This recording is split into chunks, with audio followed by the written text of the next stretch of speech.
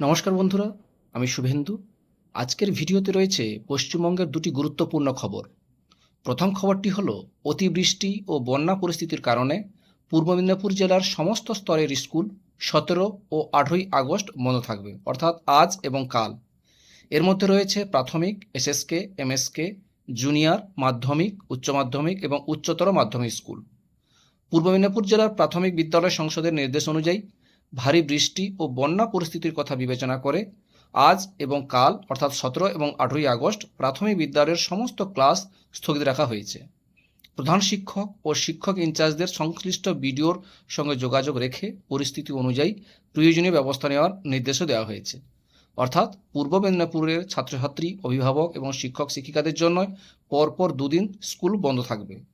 এবার আসি দ্বিতীয় গুরুত্বপূর্ণ খবরে।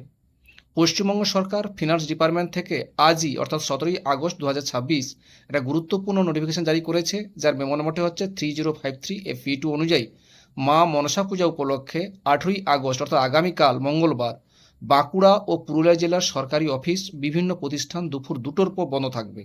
এই নির্দেশে আয়ত রয়েছে state government office, local bodies, territory bodies, board, corporation, undertaking, educational institution এবং রাজ্য সরকারের নিয়ন্ত্রণাধীন অন্যান্য অফিস ও প্রতিষ্ঠান। তাই দুটি বিষয় আলাদা করে মনে রাখলে, পূর্ব মেদিনীপুরের অতিবৃষ্টির কারণে আজ এবং আগামীকাল দুদিন স্কুল বন্ধ থাকছে, আর বাঁকুড়া এবং পুরুলিয়ার জন্য শুধুমাত্র 8ই আগস্ট মা মনসা পুজো উপলক্ষে সরকারি অফিস সহ সংশ্লিষ্ট প্রতিষ্ঠান দুপুর 2টোয় বন্ধ থাকবে।